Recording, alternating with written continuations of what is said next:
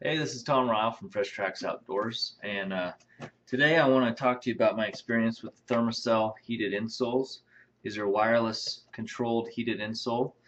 I've used these for about a year now, on and off, and they've performed very well, and I want to go through some of the features and how to get started. So out of the box, when you look at one of these, it looks like a typical insole that you might pick up. It's about probably a 1/4 inch thick in the front and about a 1/2 inch thick in the rear. So you'll need to accommodate that with whatever sock you wear. But you've got a circuit board, a battery, and a bunch of wires up front. So even with all that, it's a pretty thin insole considering. I have super feed insoles in my other boots, and this is just a tad thicker than those. So before you get started, you'll need to fit these to your boot. And what they've done is they put this handy guide on the back. You do not want to cut past that white line. This happens to be a size extra large men's. That's 9 to 11.5. So I've got these in a pair of size 10 Cabela's DuraTrack rubber boots, and I don't have them cut at all. So they fit fine, and just be sure you don't cut past that white line. In the rear of the insole is where the control panel is. There's a little rubber door that folds down right here, and there's a switch and a receptacle for the charger.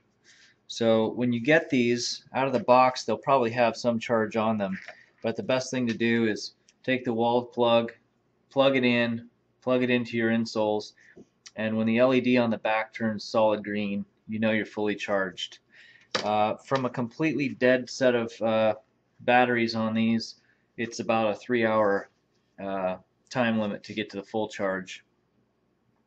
They have lithium-ion batteries that are in here. They're not serviceable, but they're good for up to 500 or more charges, and obviously that's a lot of charging.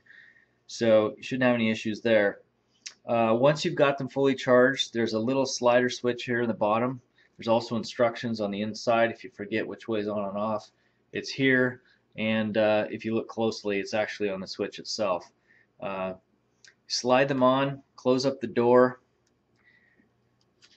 install it down into your boot, and when you do that, this little black tab on the back will fold up. And this is a really great feature that they thought about. When you want to take these out, put them in another pair of boots, you reach down there, you don't have to dig in behind with your finger. You can just grab this tab and lift the insole right out of the boot. So I thought that was a pretty thoughtful design feature there. Again, the wiring is in the front half of the insole, so you can flex these, you can put them in your boots, you can hike, you can jog, you can do whatever you need to do, but you don't want to overly stress the wiring portion on these insoles. Rubber boot, even with a steel shank, doesn't have a lot of support. I've been hiking all over in these things and not had any issues whatsoever. The only thing I have noticed is a slight compression right here around the ball of your foot, but I think that's normal. It doesn't seem to have any effect on the performance at all. Here's the best part. Once you got these in your boots, you hike into your stand, especially for you guys in the Midwest, it gets flippin' cold. And to be able to take this remote wireless charger, keep that in your pocket, and simply turn it on medium or high, depending on what setting you want, you're going to activate the heated insoles. You're going to start generating heat under your foot, through your toes, and that heat's going to stay in your boot.